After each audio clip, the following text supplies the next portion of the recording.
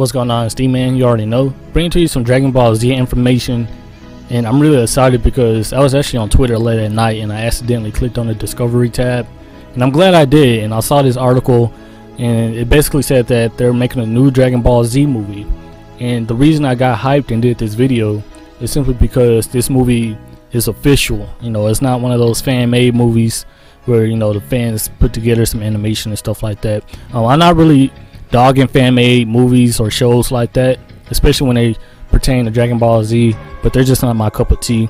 But anyways, this movie is official. You know, apparently coming out March 30th 2013, and it's called The Mightiest Get Moving, or I think that's what it's called. You know, so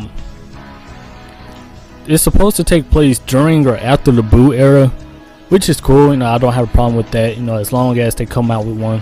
And you can clearly tell when it takes place simply because Krillin has hair, and you see Goten and Trunks, their kid Trunks. And so a few things I'm really worried about. Well, I'm not really stressing over it, but it's really only two things, to be honest. Like I said, I'm grateful for the movie. I love Dragon Ball Z, but you know, I'm just speaking my mind right here. First off, the voice actors for the kids, I mean, they won't really throw me off, but you know, it kind of turned me off a little. You know, kind of like Dragon Ball Z Kai, what they did with Gohan.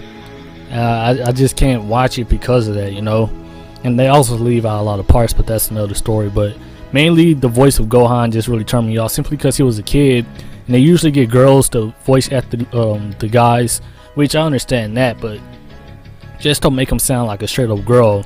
And right here I'm talking about Trunks and Goten. You know, I just don't want to see them sound like a straight up girl, and hopefully they get away from the same pattern they do every movie. Like I said, I love Dragon Ball Z movies. Let me throw that out there, because some people think I'm hating right now.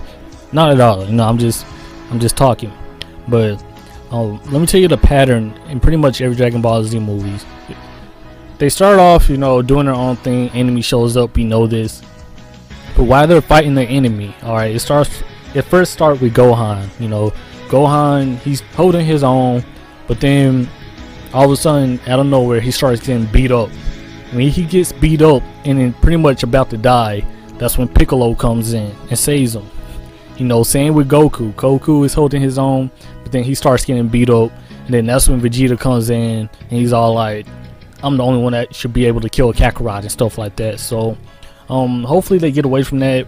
And if you don't believe me, go back and watch the Dragon Ball Z movies, man. It happens, not in all of them, but a lot of them they do. So other than that, I mean, I'm just ready for this movie to come out. You know, they say it's supposed to be, you know, just as good as the shows, you know, just as fun and reanimated. So you get to see Dragon Ball Z, official Dragon Ball Z, you know, HD and stuff like that.